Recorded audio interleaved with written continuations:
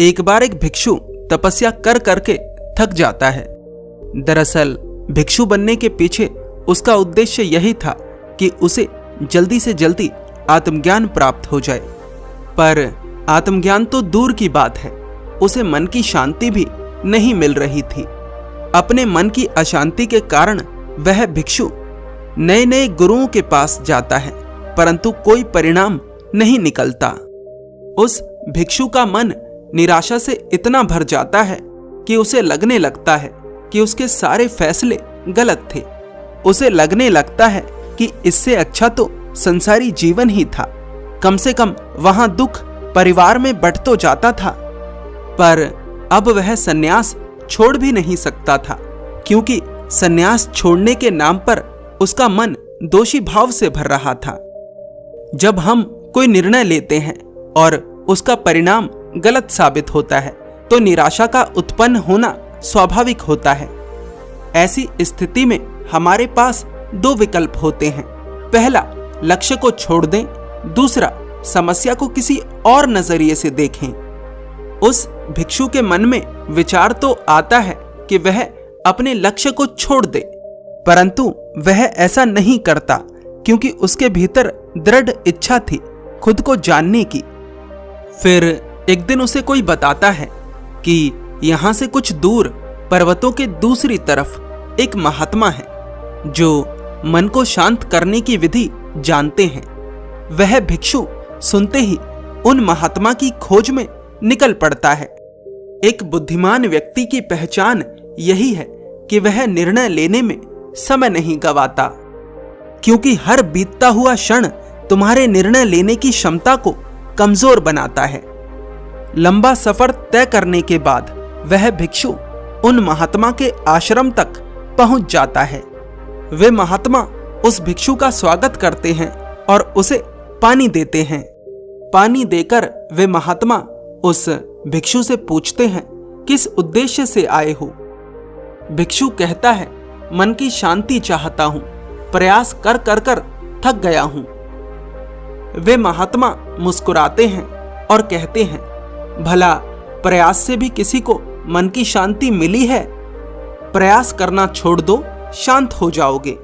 भिक्षु कहता है, महात्मन, मैं कुछ समझा नहीं। वे महात्मा कहते हैं, तुम्हारे पास जो बर्तन है जिसमें पानी है, उसमें मिट्टी डालो और उसे जोर जोर से हिलाओ।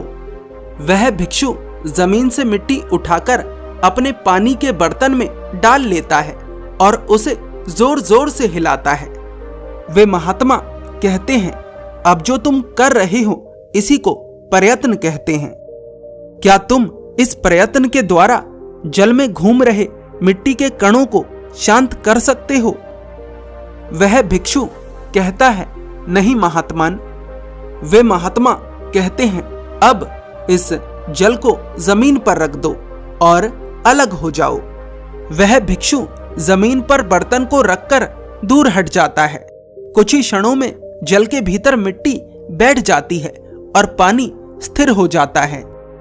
वे महात्मा उस भिक्षु से पूछते हैं, कुछ समझ आया? वह भिक्षु कहता है, नहीं महात्मन। वे महात्मा कहते हैं, जल मन है, मिट्टी के कण विचार और भावनाएं हैं। जितना तुम इन्हें शांत करने का प्रयास करोगे उतना ही जल गंदा होगा, उतना ही उथल पुथल बढ़ेगी। पर जब तुम इन्हें शांत करने का प्रयास छोड़ दोगे तब ये अपने आप ही शांत हो जाएंगे। और यह ध्यान के द्वारा संभव है। जब तक तुम ध्यान में ध्यान करने का प्रयास करते रहोगे तब तक तुम ध्यान नहीं कर सकते, तब तक तुम उस स्वयं को नहीं जान सकते जो तुम हो। मन की अशांति का कारण है विचारों की उथल पुथल, और बहुत ज्यादा मन की अशांति का कारण है मन को शांत करने का प्रयास करना। तुम्हारा प्रयास करना ही मन को और अधिक अशांत करता है। प्रयास करना छोड़ दो, मन शांत हो जाएगा। यही सूत्र है और सूत्रों से ही जीवन बदलता है। बाकी काम तो बड़ी बड़ी गाथाएं भी नहीं आती। जिस दिन बिना प्रयत्न के प्रयत्न करना सीख गए उस दिन मन को शांत करना भी सीख जाओगे।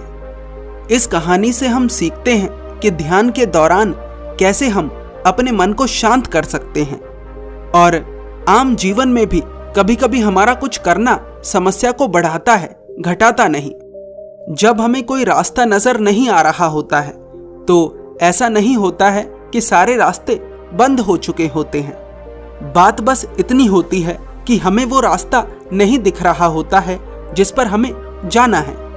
लेकिन अगर हमारा संकल्प दृढ़ होता है, हमारा इंटेंशन सही होता है, तो हमें ऐसे लोग मिल जाते हैं जो हमें सही रास्ते तक ले जाते हैं।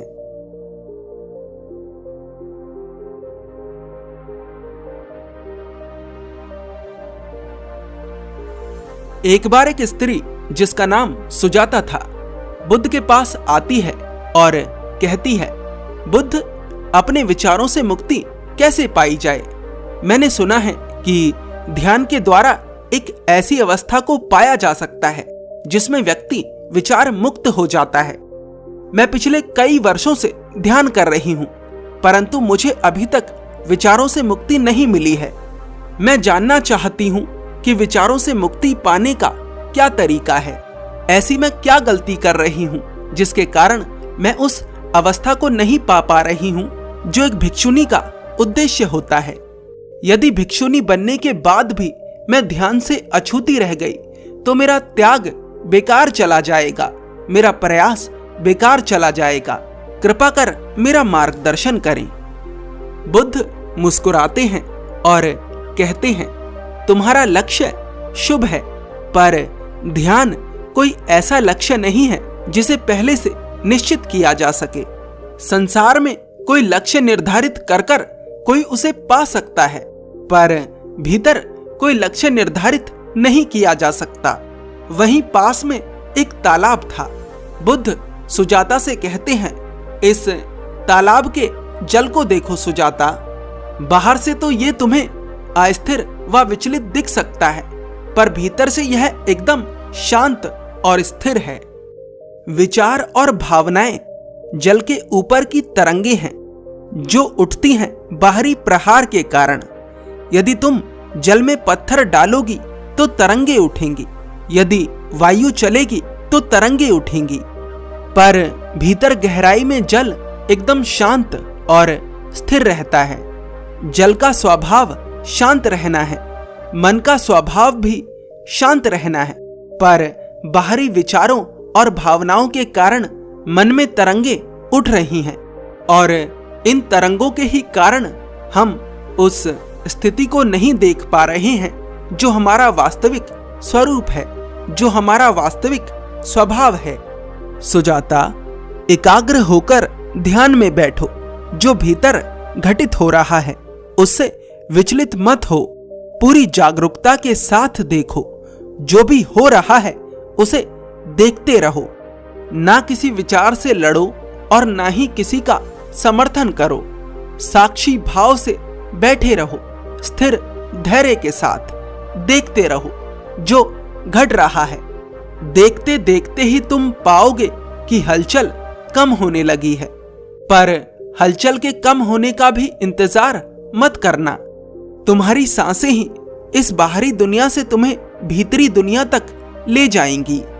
मैं तुम्हारी हताशा को समझता हूं सुजाता, पर तुम अपनी हताशा का कारण समझ लो, नहीं तो वर्षों तक भी भटकोगी, तब भी ध्यान का अनुभव ना कर सकोगी।